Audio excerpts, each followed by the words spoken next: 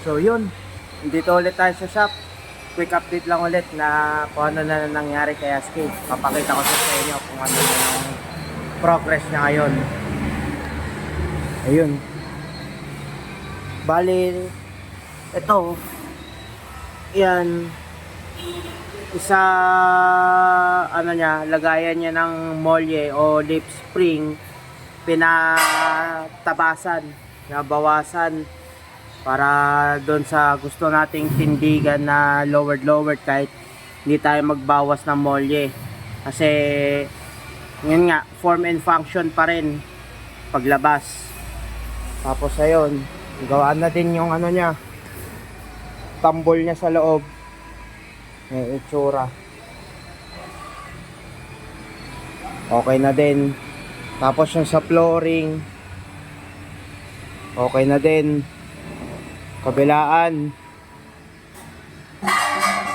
so far ito na yung nangyari sa kanya. Bale ito inano na yung ano, nahabol na yung fitment niya kasi na-drop na ng sagad.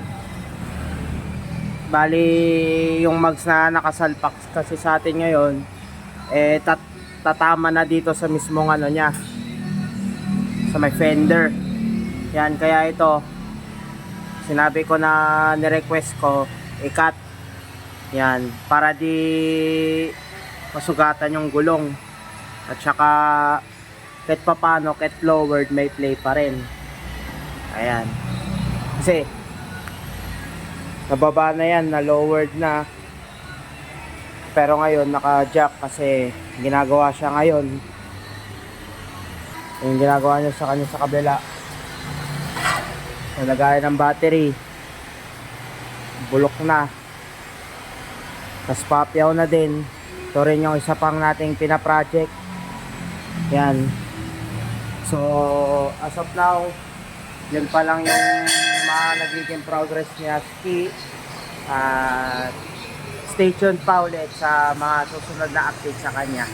1 million zillion jillion dillion cotillion times later. So yun, welcome back ulit.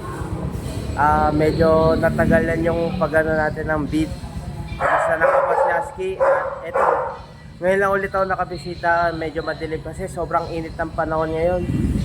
So ito na yung nagiging progress niya ngayon. Yun no.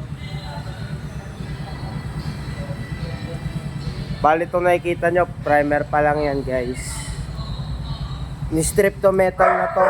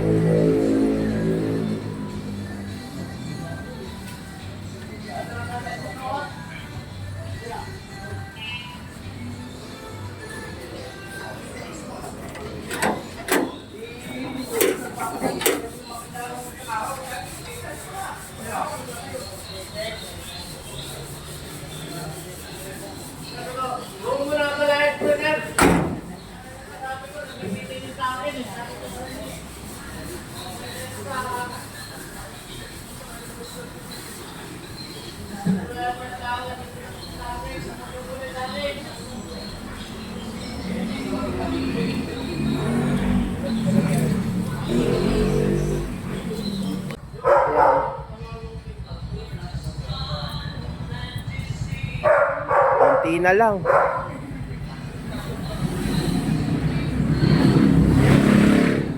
Yan yung loob.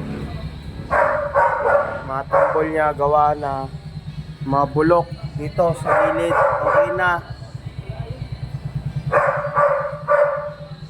Tapos yung quarter panel niya, ayan, nagawa na din. Finishing na lang din. Konti na lang Aski. Ayun.